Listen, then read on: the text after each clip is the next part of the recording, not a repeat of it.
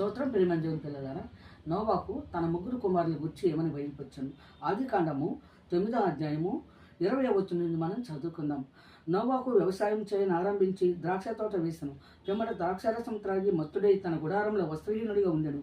అప్పుడు కనానుకు తండ్రి అయిన హాము తన తండ్రి వస్త్రహీనుడై ఉండుట చూచి బయటనున్న తన ఇద్దరు సహోదరులకు ఆ సంగతి తెలిపాను. అప్పుడు షేమును యాపేతును వస్త్రం ఒకటి తీసుకొని తమ ఇద్దరి భుజముల మీద వేసుకొని వెనుకకు నడిచి వెళ్ళి తమ తండ్రి దిశములను కప్పిరి. వారి ముఖములు వెనుక తట్టు ఉండుట వలన తమ తండ్రి దిశములను చూడలేదు. అప్పుడు నోవాహు మత్తు నుండి మేలుకొని తన చిన్న కుమారుడు చేసిన దాన్ని తెలుసుకొని కనాను శపింపబడిన వాడి తన సహోదరులకు దాసానుదాసుడగును అనెను. మరియు అతడు షేము దేవుడైన యెహోవా స్తుతింపబడునుగాక, కనాను అతనికి దాసుడగును. దేవుడు యాపేతును విశాలపరచును, అతడు షేము గుడారంలో నివసించును, అతడు కనానుకు దాసుడగును అనెను.